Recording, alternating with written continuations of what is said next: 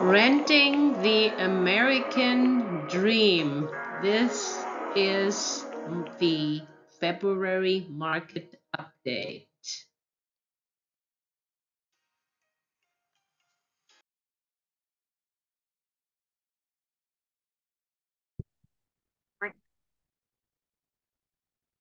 Homeownership is the cornerstone of the American dream. Even in today's America, with shifting technologies and changing demographics, the sharing economy, plus evolving technology, it still remains the only reliable way for working class Americans to build generational wealth.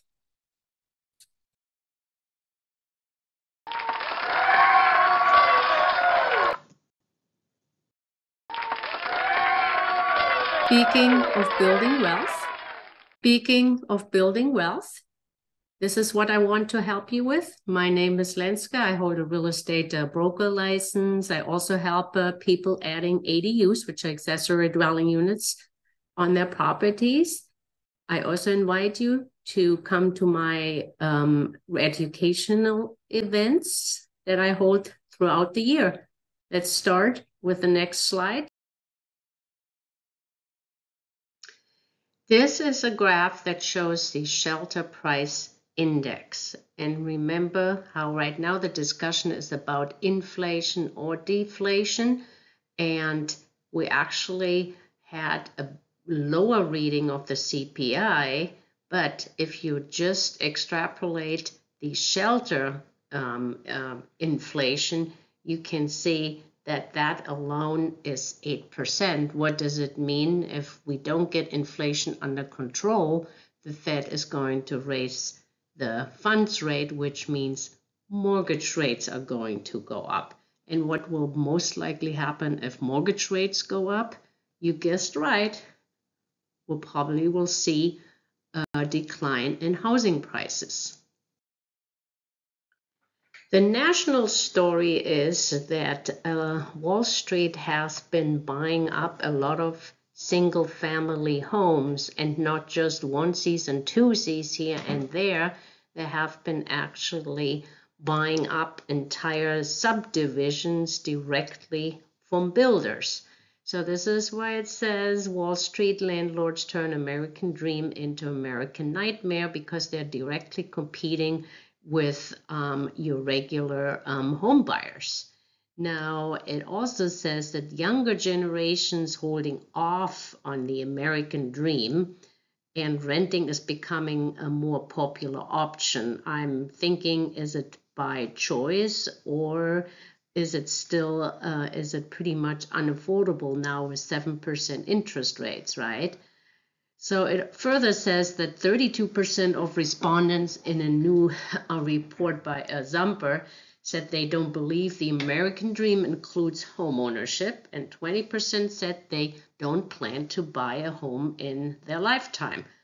But on the other hand, there's another study that says 59% of homeowners believe that owning a home is still part of the American dream.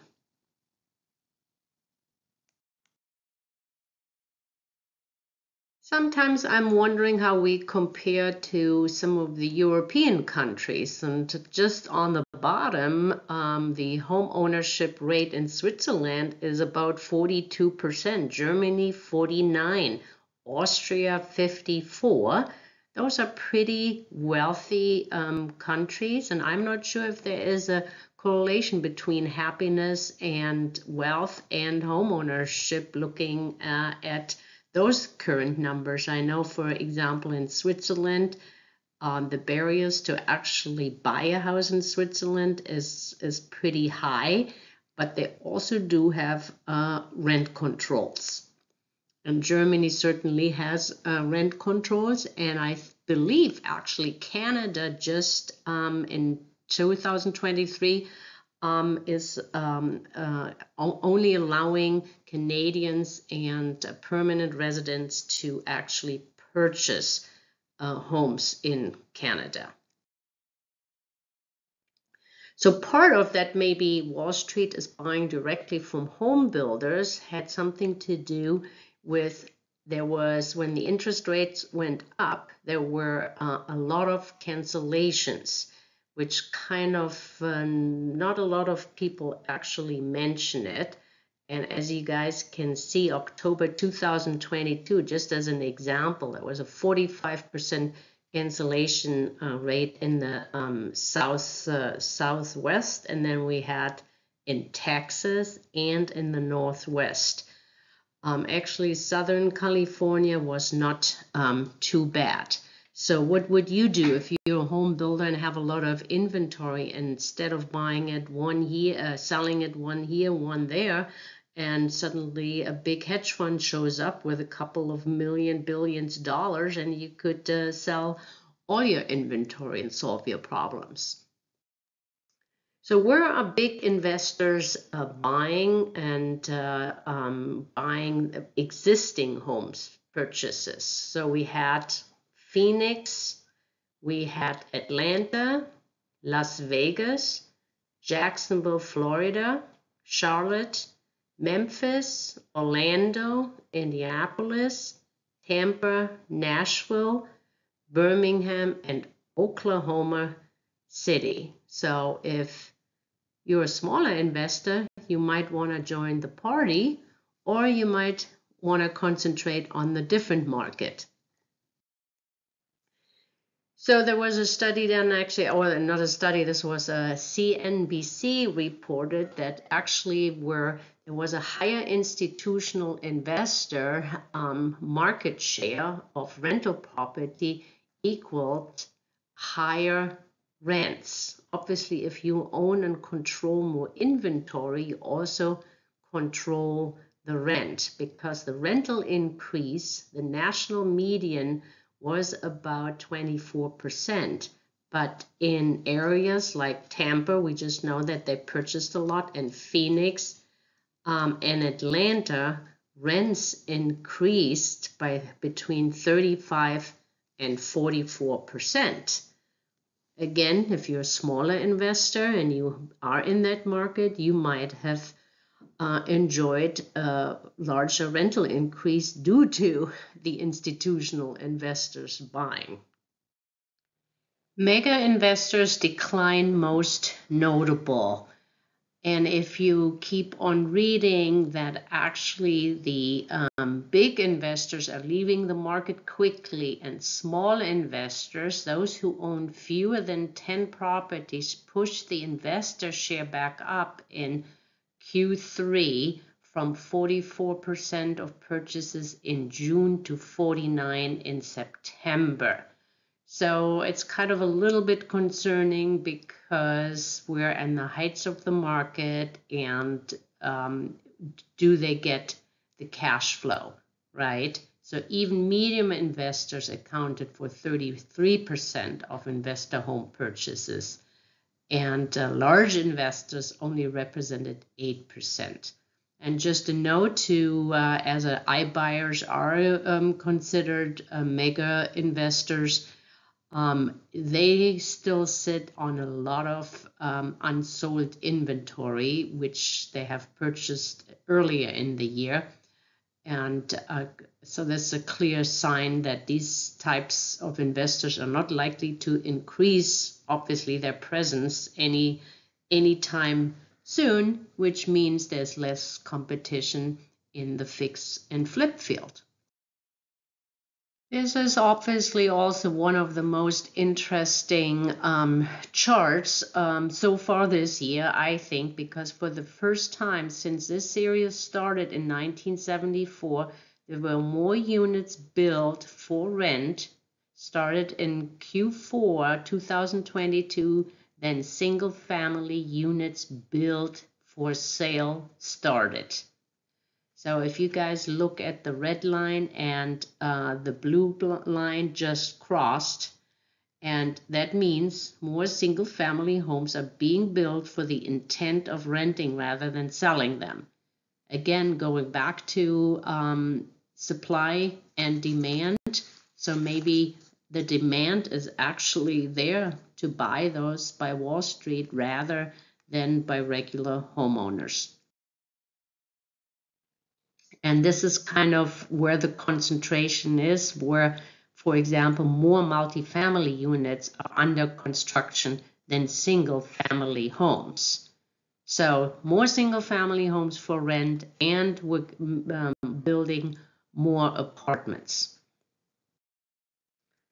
Now, what does it all mean for California and San Diego? So just as an interesting stat, that California had the most renting households with 5.73 million, or 13% of the nation's 42 million renters.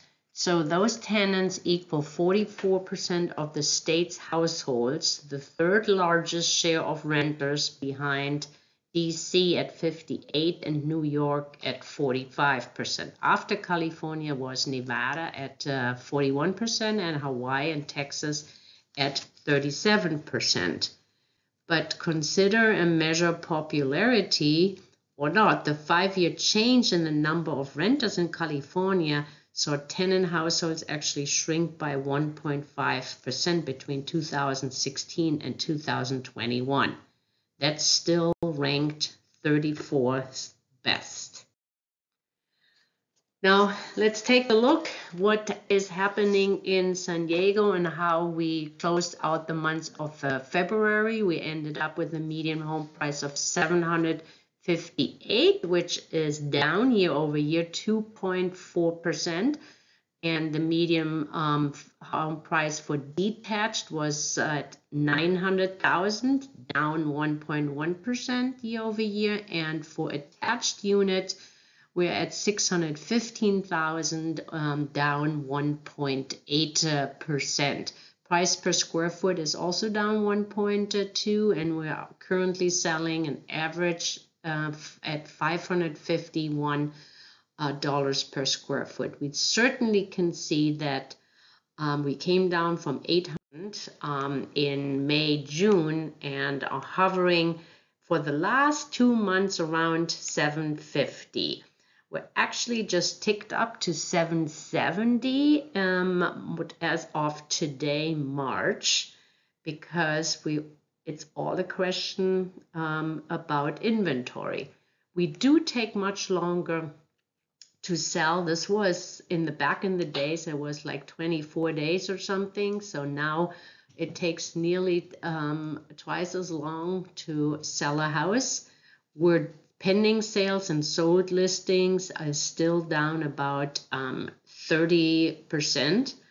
And we still only have 1.1 months of inventory, which is up from last year where we were about 0.7, about 3 weeks. Still, overall, we have a year-over-year decline in appreciation, but if you're looking over the last 3 years, we're still looking at 28%. So we still can lose a little bit.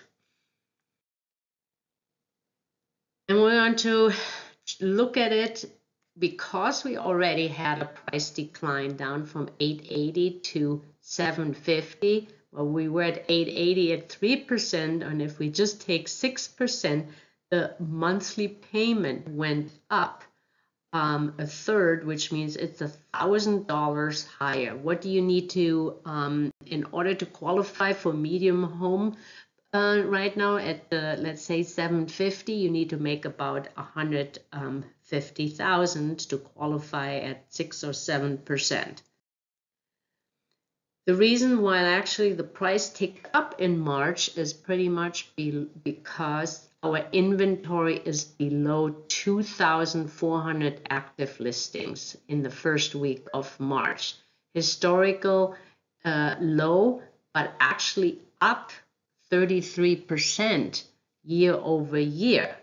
So we kind of could probably say that, hey, yeah, we have reached the top of the market and there's no way that house prices are not coming down. So that might be good news for your home buyers and maybe also good news for investors for getting some cash flowing properties in San Diego. And here we're just going to take a quick look at the single family permits in San Diego. We are only of the total permits, which is the red line of 9,700, we have actually single family permits 3,553. I'm sure these are a lot of ADUs. Multi is actually nearly twice as much at 6,000, which is the single family it's only 36%. And if you guys look at that orange line, that is the lowest, not quite the lowest, actually it ticked up a little bit, but pretty low. So does it mean, is it a lot or not? New homes won't help inventory in 2023. Less than 1,000 being built, harder to find than ever. So it looks like we won't get any help from new homes with our inventory. Compared to Dallas, just so you guys have a better idea, Dallas, for example, has nearly 60% of single family homes, and Las Vegas actually has a 72%. So maybe Wall Street is buying up more single family homes because they're building more single family homes.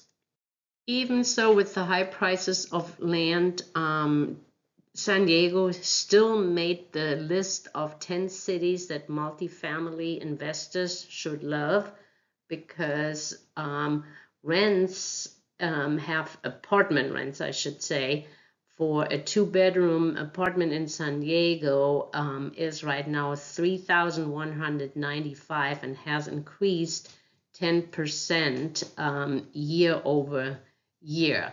And also it is a pretty active market for multifamily properties for sale.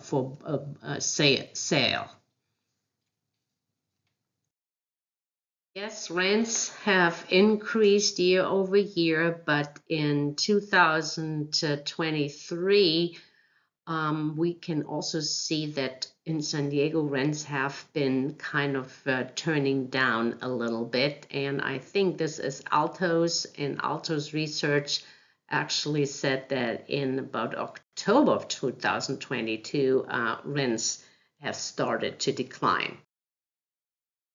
Rents have risen, but so has the pressure for rent control. San Diego certainly is getting on board with it, but here are some states that have failed to issue rent control last year, but expect them to reemerge in 2023. With rising prices, rising interest rate, and it be harder and harder to actually save up for down payments, and that kind of is expressed in that study, that consumer stresses over their ability to make debt payments is 35%, which is a 10% higher than it was in Q2 2020, where it was at 25%. And on the right side, you can see the various debt payments people have to make. And that was from the demand side. So from the supply side, we probably won't see much either, because we have a lock-in effect that 85% of mortgages have an interest rate below 6%. The high share of homeowners who feel locked into their low mortgage rate is contributing to a steep decline in the number of homes hitting the market. We live in interesting times where education is key. Join me in one of my real estate investing field trip. You can find me on Meetup. Thanks for listening and thanks for being fans.